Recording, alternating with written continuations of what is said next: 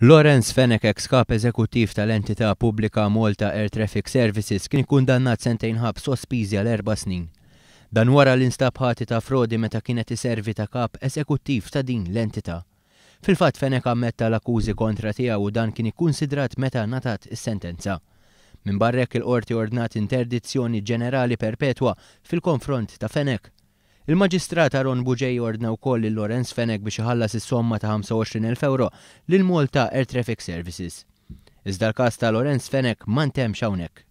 Wara investigazzjoni interna mill-bord tad-diretturi ittieħdet deċiżjoni li nfetaħ każ ċivili fuq 200,000 euro. Każ li mistenni jibda jinstema' f'Jannar li ġej. Jirriżulta li l-pulizija ma baqgħux investigaw sa dawn l-ammonti għax bl-ammonti li kellhom f'idejhom kienu diġà garantew il-massimu tas-sentenza skont il-liġi. Iżda Lawrence Fenech mhuwiex l-unika persuna akkużat brabta ma' dan il-każ. Hemm ukoll Ian Falzon li kien ex-kontrollur finanzjarju ta' din l-entità.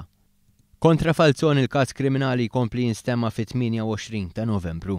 Fil-każ ta' Falzon ukoll imbdew proċeduri ċivili u din id-darba is-somma li qed tintalab li titħallas lura hija ta' aktar minn 100,000 euro. Fost l-abbużi f'dawn il-każi hemm il-fatt li b'kart tal-viża tal-gvern dawn il-persuni xtraw ħwejjeġ, marru fuq kruċieri, ħallsu kontijiet kbar f'restoranti, għamlu xirjiet ta' affarijiet tal-ikel u xtraw ġojjelli u mobiles għall-familji tagħhom.